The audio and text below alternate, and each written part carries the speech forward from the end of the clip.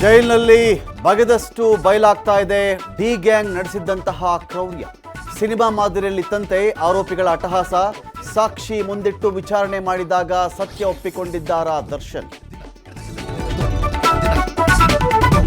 3 ತಿಂಗಳ ಹಿಂದೆ ಮೋದಿ ಉದ್ಘಾಟಿಸಿದ್ದ ಏರ್ಪೋರ್ಟ್ನಲ್ಲಿ ದುರಂತ. ಒಂದೇ ಮಳೆಗೆ ಕುಸಿತ ಕಂಡ ದೆಹಲಿ ಏರ್ಪೋರ್ಟ್ನ ಟರ್ಮಿನಲ್ 1. ಘಟನೆಯಲ್ಲಿ ಒಬ್ಬನ ಸಾವು, 5 ಗಾಯ. ದೆಹಲಿ ಏರ್ಪೋರ್ಟ್ ಮೇಲ್ಛಾವಣಿ ಕುಸಿತಕ್ಕೆ ಸಿಡಿದೆದ್ದ ಮಲ್ಲಿಕಾರ್ಜುನ ಖರ್ಗೆ.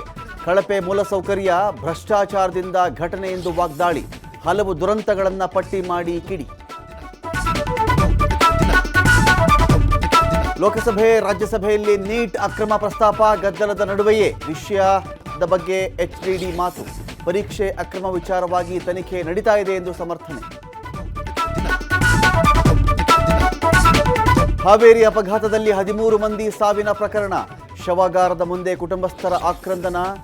ಅತ್ತ ಮೃತ ಆತ್ಮಕ್ಕೆ ಶಾಂತಿ ಕೋರಿದ ಸಿಎಂ ಸಿದ್ದರಾಮಯ್ಯ.